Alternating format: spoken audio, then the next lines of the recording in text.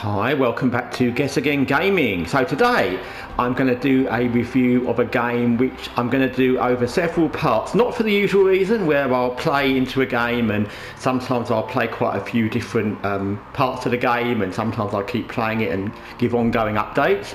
This is because this is probably the most difficult game to explain that I've done on the channel. And it needs at least 2 or 3 different separate reviews, one of one side of it, one of the combat and one of it as a whole, I think, to kind of fully get to what it is. So the game's called Marvel's Midnight Suns. You may have heard of it. It's a turn-based game. Probably of all games ever, it's the game that I thought about buying from the longest and not bought. It's a game that I knew was coming out when it was first announced. I really like turn-based games. I like the developers. They made XCOM 2 and that. So it's a game that I had on my radar for a long time, but because of things I read about it, and I'm not really into, if you don't know what it's about superheroes, and I watched my fair share of superhero films back in the day, but it's not my kind of thing really. So I wasn't sure if I'd be into that, and lots of things I heard about the fact there was lots of dialogue, superhero dialogue, lots of walking around talking to people, and I just couldn't decide. Anyway, it came up in a sale recently. It was like £9, £8 for the base game, so I thought, okay, it's time to get it. So that's one reason why it's going to take a while to explain, because just to explain the non-gameplay part or the non-combat is complicated. So firstly, going back on what I just said, I really like Firaxis. I like XCOM 2, War of the Chosen.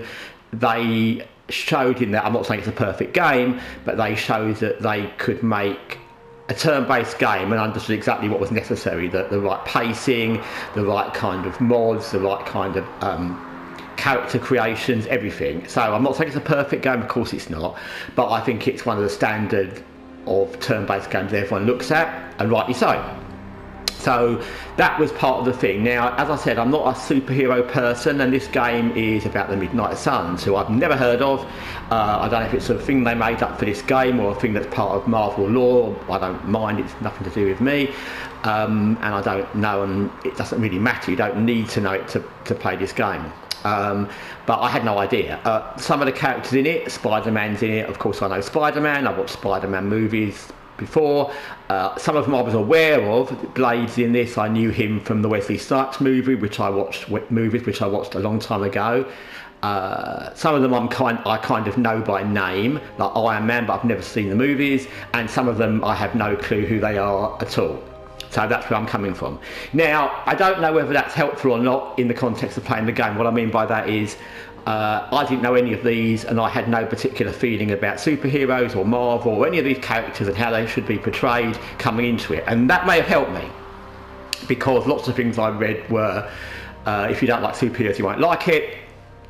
This character's not like it's meant to be, this one's different, which I get. If you really know characters in a game or in real life or in a movie, you'll want them to be represented the same in the thing you're playing, watching, reading, whatever. But I had no clue, so I came to this not knowing. So first thing is the part that's not the combat, which I'll do in a separate video, because that in itself needs a separate video. This is kind of your home. As with many games, there's a little build up and you end up, you're the hunter. That's me, the hunter.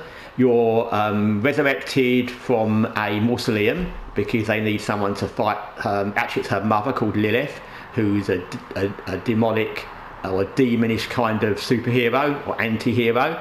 I don't know about Marvel lore, so I can't tell you how much of that's accurate to lore, but many people will know, and I don't think it matters to play the game because I didn't know anything about it.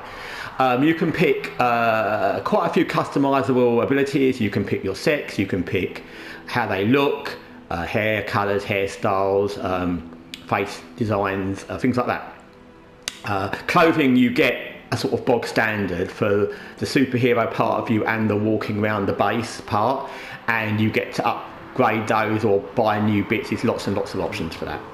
So I played as this character. If you hear her talk, I'll see if I can get her to talk to somebody. All this excitement has really got me thinking about forming a team of my own. Spider-Man and his astonishing powers. his stupendous companions. I'm circling it, I know. Well, she didn't talk, that's annoying. But anyway, that's kind of how it works. So I covered a bit like I was going to do in a moment, but anyway, it's fine. So you are the hunter. That's a generic name, I know, and I saw again in reviews of this that people didn't like the fact it was called the Hunter. It's a bit generic, but I find that fine. Again, I'm not invested in Marvel, but I don't know how they could have done it differently because of the way you would have to then adapt all the dialogue further on to whatever name someone picked, and you get people picking silly names, you get people picking crazy names, and the Hunter is just a base name and it's what you make it. So I don't see a problem with that. I think it's fine. I like the character creation, I like the character I created, and actually the character's got a very, whoever did the voice for this character, at least the female character, has really nailed it into this kind of slightly confused, slightly out of time, because she's been in a mausoleum apparently for 300 years, so not quite understanding stuff, kind of learning, kind of chilled. They've nailed the voice really well. Anyway, so that's how you end up here. And you're in this thing called the Abbey, which is a very big area. Another thing I saw in lots of reviews was that there's so much to run around, and there kind of is. That's the Abbey itself, and then there's loads of grounds that you run around. But this fast travel to different places, so it's not as terrible as it might be. And although when you start, like with lots of games, this Abbey area looks big and daunting, and it's kind of, where do I go now? Actually, it's not as big and daunting as it seems at first. There's a kind of training part which is over outside there. There's your room, which is here, which is where I sleep. If you sleep, that starts the next day, and it's not as daunting as I kind of was led to believe by what I'd read. So sometimes it depends on what sort of games people are used to. So because I'm probably used to RPGs, turn-based games, CRPGs, etc., etc., FHM games, whatever, FMH games, I can never get that right. Anyway, because I'm used to so many different types of games, it didn't overwhelm me. I didn't find this too much, or oh my god, I'm running around all over the place. So it was fine. You do need to do lots of slight busy work in the context of you have to talk to these different superheroes.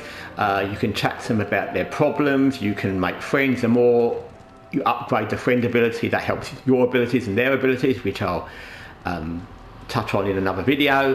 But again, I haven't found any of that tedious or annoying, and I don't know superheroes. I don't get a thrill out of that one. Was actually the one I talked to then was Spider-Man. That's Peter Parker, who I actually know is called Peter Parker, and that one's Blade. And I had no clue who they were. I have no sort of like that needs to talk. They need to talk like that. I'm getting a thrill out of talking to superheroes. I found the conversation fine. So I think if you come into this game neutral and you're not expecting anything other than a game, and what I mean by that is if these weren't superheroes and I hadn't read any reviews and I was just chatting to other game agents, game people in my team, whatever, I wouldn't find it weird or annoying. I found it fine. It's not really too much. There's quite a lot of little cutscenes when you go on a little walk with one of your superhero buddies to try and chat to them and boost up your friendship with them, but it's not long, and the cutscene almost plays itself out. It's probably usually a few dialogue choices, but it's not anything bad. So again, it's not bad. The graphics are good. I think the character graphics are very good. The Abbey looks nice. I've had no problems. Nothing's gone on with the game. And yeah, you do need to run around a bit. Like I said, there's a place you go to train called the Yard. There's other little bits you need to go to do stuff, which again I'll cover in another video. But all in all, I've been quite happy with it. In fact, I've been very happy with it. I even bought one of the DLCs. They're all in a sale now. And I even bought one of the DLCs because I've enjoyed it. I enjoy it as a whole. I think I've often said, and I've made videos about this, why Firaxis don't make XCOM 3, and I hope they will, and I hope they will, of all people, because they've shown they've got a good basis for making XCOM and making turn-based games. And I think this would be excellent if they adapt, and I've said this in a previous video because I had never played this before, but I'd seen it online. If they adapted some of these systems to XCOM, because XCOM, this has got the turn-based thing, you go to a mission, you come back to this large area, you've got stuff to do.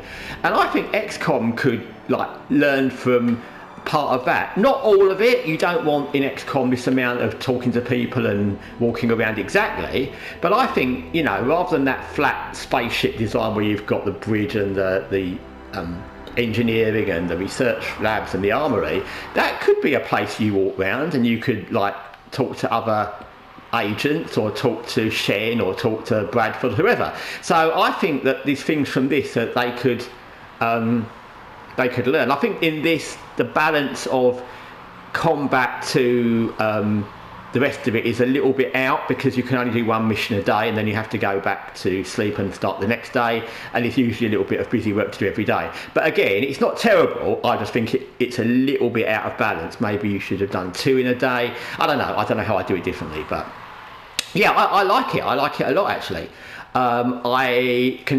If I hadn't known, I would almost certainly think this was made by Firaxis, because the combat and just generally how it is, you can feel XCOM influences everywhere in the combat. These bits where you're trying to protect a device and people are coming and sticking burning swords into it, just like the guys in Advent used to do when you were trying to protect a device from Advent in XCOM. So there's lots of bits that have got that thing, and I would think it was either a heavily influenced game by XCOM and Firaxis, or they'd made it. So that speaks well of everything. So like I said, it's a game that I didn't know I'd like. I didn't know whether to get it. I bought it. I've enjoyed it. I played it at least every day, at least once every day for the last like 5 or 6 days, which is good for me because sometimes I lose the interest after a day. And yeah, I think it's good. So I'm going to cut the video because, like I said, this is a complicated game to do in one video. I'm going to make at least 2 more videos. One's going to be about the systems in the Abbey and what you need to do there, and one will be about the combat and how that works. And then after that, I may do one more doing an overview. I may wrap it up, put new teeth in. I may wrap it up in one single bit at the end of one of those videos, depending on which order I do them. But I'm definitely going to make 2 more, because I think this game needs to be broken down into separate parts because it's way too much to take in one bit. And when you start it, I will say this, and I'm absolutely used to turn-based games and all types of games and Firaxis games, it's hard to kind of get your head into the way this plays because it's very different to any other game actually. I've never played a turn-based game like this. I've never played a CRPG like this. I've never played an RPG or an ARPG like it. It's very, very different because it's got the turn-based part, but it's got this whole other part that's almost bigger than the turn-based. So anyway, thanks for watching Guess Again Gaming. Till next time, Marvel's Midnight Suns. Take care for now.